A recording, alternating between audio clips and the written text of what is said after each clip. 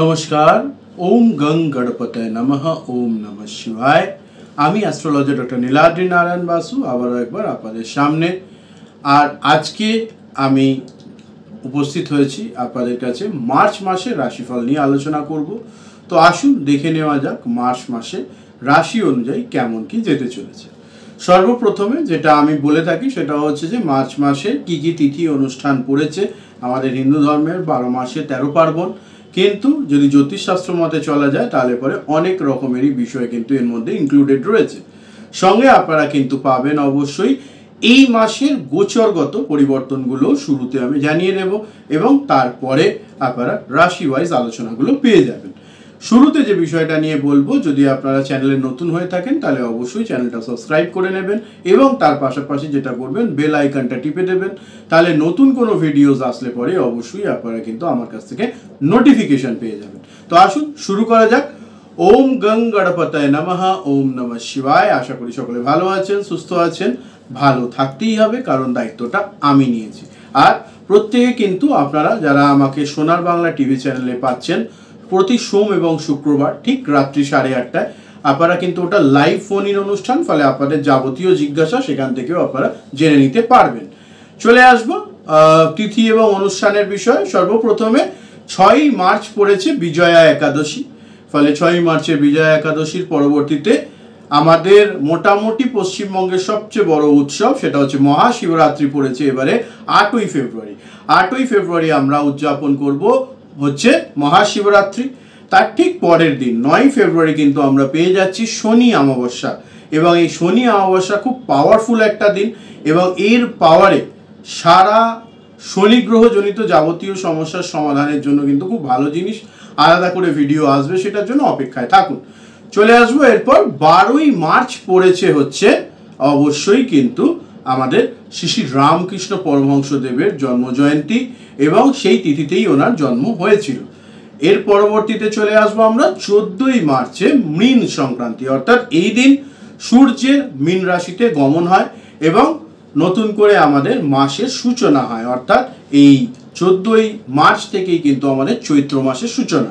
চলে আসবো এরপর 20শে মার্চ আমরা পালন করব আমলা একাদশী। এটা শুক্লপক্ষের একটি একাদশী এবং খুব পাওয়ারফুল একাদশী, সেটা নিয়েও আলাদা করে ভিডিও দেব, নিশ্চিন্তে থাকুন। এর পরবর্তীতে আছে 24শে মার্চে আমরা পাচ্ছি হোলিকা দহন, অর্থাৎ আমাদের চিরাচরিত গ্রাম বাংলায় যেটাকে বলা হয় ন্যাড়া পোড়া, এবং তার পাশাপাশি থাকছে 25শে মার্চ অর্থাৎ ঠিক তার পরের দিনকে দোল পূর্ণিমা। তো দোল পূর্ণিমার আগাম সকলকে শুভেচ্ছা। কোন কোন রাশির জন্য কি রঙের দোল খেলতে হবে এবং কি বিশেষ টোটকা করতে হবে সেটার আলাদা ভিডিও থাকবে, অ্যাজ ওয়েল অ্যাজ এই শিবরাত্রি উপলক্ষে আপনারা কিভাবে পালন করবেন সেটারও কিন্তু আলাদা ভিডিও আসতে চলেছে। তাই বারবার বলছি এই চ্যানেলটাকে সাবস্ক্রাইব করে সঙ্গে থাকুন। পরবর্তীতে আসছে আমাদের কাছে 29শে মার্চ এবং সেই দিন আমরা পাচ্ছি গুড ফ্রাইডে। তো এই ছিল তিথি অনুষ্ঠানের ডিটেলস। এবার আমরা একটু নজর রাখবো গোচরগত পরিবর্তনের ক্ষেত্রে। 7ই মার্চ মীন রাশিতে বুধের গোচর হবে এবং ওই একই দিনে শুক্রের গোচর হয়ে যাবে কিন্তু কুম্ভ রাশিতে, এবং কুম্ভ রাশিতে আমরা অলরেডি জানি কিন্তু সেখানে শনি রবি মানে অর্থাৎ সূর্য এবং শনি উভয় গ্রহই বসে আছে, ফলে শুক্র শনি এবং রবি এই 3 গ্রহের একসঙ্গে সমাবেশ ঘটছে, ফলে এটাও কিন্তু একটা বিরল যোগ। পাশাপাশি 14ই মার্চ মীন রাশিতে সূর্য চলে আসছে, অর্থাৎ রবি গমন হচ্ছে। 15ই মার্চে কুম্ভ রাশিতে মঙ্গলের গোচর হচ্ছে এবং মঙ্গল শনির বীজ দোষ, মহা পাওয়ারফুল এই দোষ নিয়ে কিন্তু আমি আলাদা করে রাশি ওয়াইজ রাশিফল দেব, কারণ এটা আপনাদের উপর খুব বড় প্রভাব দেবে। ফলে 15ই মার্চ থেকে কিন্তু একটু আপনাদের অবস্থাগুলো বিশেষভাবে পরিবর্তন হওয়ার বিষয় পরিলক্ষিত হচ্ছে।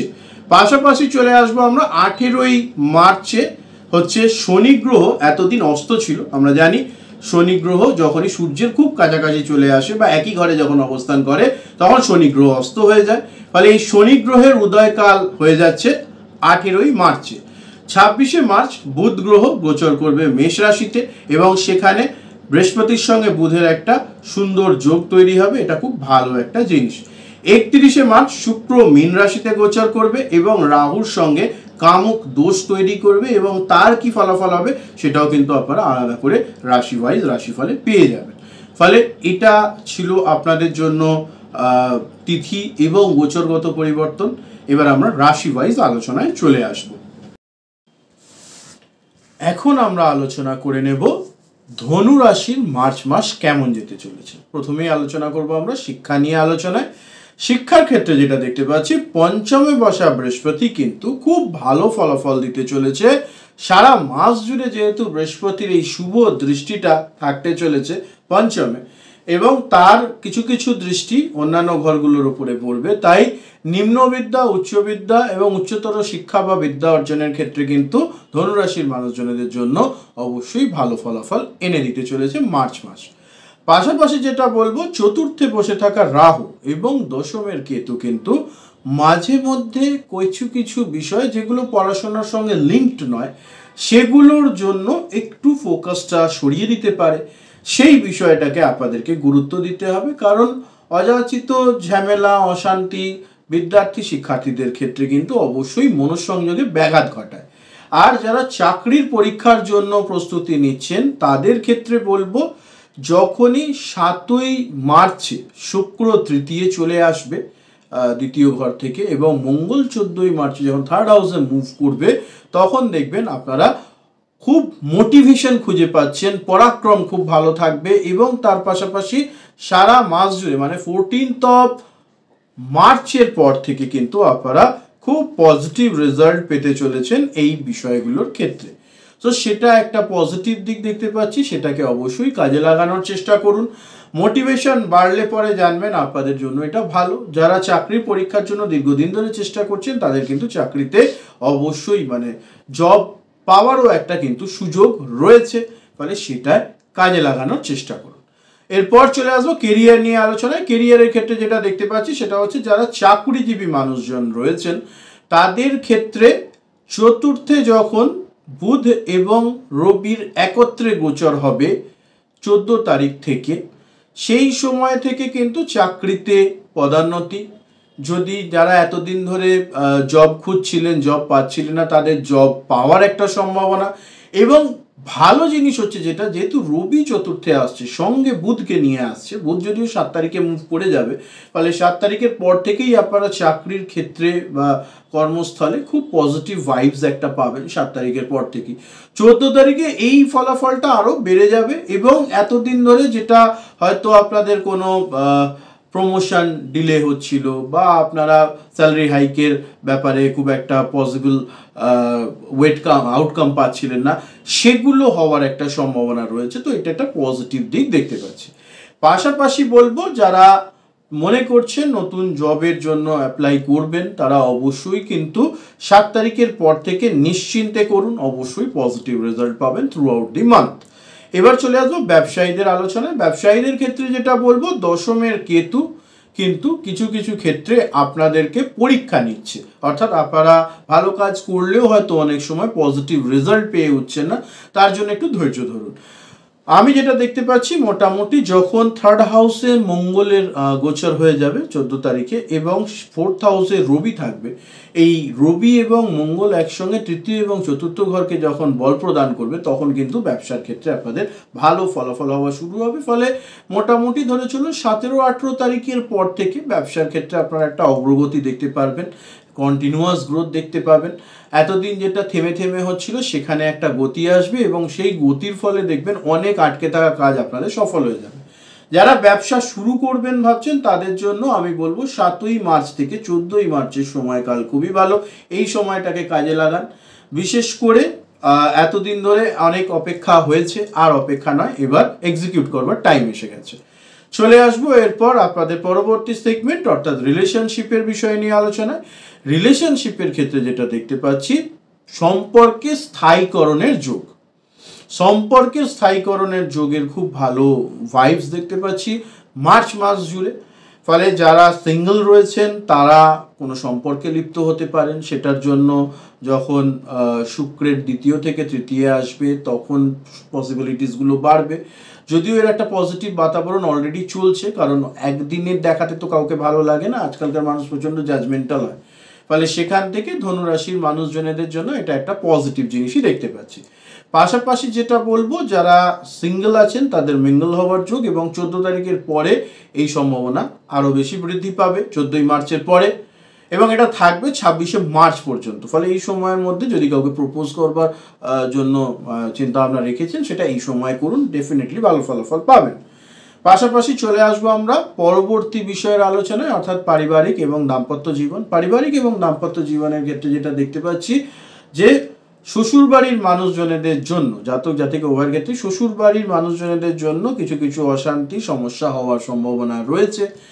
এই বিষয়টাকে আপনাদেরকে ট্যাক্টফুলি হ্যান্ডেল করতে হবে, অর্থাৎ যাতে করে সাপও মরে যায় লাঠিও না ভাঙে, এই বিষয়টাকে কাজে লাগাতে হবে। এবং যেহেতু চতুর্থে রাহু রয়েছে, অনেক সময় এরকম সিচুয়েশন ক্রিয়েট হবে যখন মনে হবে যে খুব হতাশ লাগবে, ডিপ্রেস লাগবে। এগুলো কিন্তু চতুর্থের রাহুর একটা নেগেটিভিটি, ফলে সেই বিষয়টাকে খুব বেশি গুরুত্ব দেওয়ার প্রয়োজন নেই। যদিও এই বিষয়টায় আপনাদেরকে বাঁচাতে আসছে 14ই মার্চ থেকে রবি গ্রহ। রবির থাকায় রাহুর পাওয়ার বা রাহুর যে নেগেটিভ ইম্প্যাক্ট ধনুরাশির মানুষজনের উপর 4th হাউসে পড়ছিল, সেটা অনেকটা কম হতে থাকবে। এখন নতুন কোনো প্ল্যানেট কোনো ঘরে মুভ করলে একটু সময় লাগে সেটা নিজের অবস্থায় আসতে, ফলে এটা আপনারা এফেক্টটা মোটামুটি 17-18 তারিখ থেকে বুঝতে পারবেন, তো সেটা একটা ভালো জিনিস। এবার চলে আসবো আপনাদের জন্য আর্থিক বিষয়ের আলোচনায়। আর্থিক প্রাপ্তির ক্ষেত্রে একটু মাসের শুরুর সপ্তাহটা খুব ভালো, পজিটিভ দেখতে পাচ্ছি। তার মানে কি বাকি সপ্তাহগুলো ভালো না? না, পরেরগুলোও ভালো, কিন্তু প্রথম সপ্তাহে অনেকগুলো পজিটিভ ভাইবস দেখতে পাচ্ছি, সেটা একটা ভালো জিনিস। তার পাশাপাশি আর্থিক প্রাপ্তিটা কিছু থেমে থেমে হবে, কিন্তু হবে। 14 তারিখের পর থেকে আরও কিছুটা গতি আসবে, যখন বুধাদিত্য যোগ চতুর্থে হবে, তখন কিন্তু আপনারা সেই আর্থিক প্রাপ্তি থেকে কোনো ফিক্সড অ্যাসেট করা, কোনো বড় লম্বা প্ল্যানিং করা, এগুলো চিন্তা ভাবনা করতে পারেন, এটা ভালো হবে। চলে আসবো এরপর হেলথ নিয়ে আলোচনা। হেলথের ক্ষেত্রে খুব একটা সমস্যা দেখছি না, মোটামুটি যেমন যেমন চলছে তেমন তেমন চলবে। স্বাস্থ্য উদ্ধারের জন্য মনোরম স্থানে ভ্রমণ বা অন্যান্য বিষয়গুলোর চিন্তা ভাবনা আপনারা করতেই পারেন, এটা খুব একটা খারাপ দেখছি না। সো পজিটিভিটি এখানেও কিন্তু রয়েছে। পাশাপাশি যে বিষয়টা বলবো সেটা হচ্ছে যে যারা চাকুরি, ব্যবসা বা পড়াশোনার জন্য বাইরে যেতে চাইছেন, তাদের ক্ষেত্রে কিন্তু মাসের শুরুর 14-15 তারিখ পর্যন্ত সময়টা ভালো, পরের দিকে সময়টা একটু ডামাডোল। ফলে পরের দিকে যদি যেতেই হয়, খুব সতর্কভাবেই বিষয়টা প্ল্যান করতে হবে। তো এই ছিল আপনাদের জন্য মার্চ মাস ধনু রাশির কেমন যাবে সেই রাশিফল। আশা করি আপনাদের ভালো লেগেছে এবং আপনাদের জীবনের সঙ্গে কিছুটা মিলবে। আর চ্যানেল সাবস্ক্রাইব করে সঙ্গে থাকবেন। প্রত্যেকে ভালো থাকবেন, সুস্থ থাকবেন। দেখা হবে আবার ঠিক এই চ্যানেলে অন্য কোনো ভিডিওতে। ততক্ষণের জন্য সকলে সুস্থ থাকবেন, ভালো থাকবেন। নমস্কার। হর হর মহাদেব।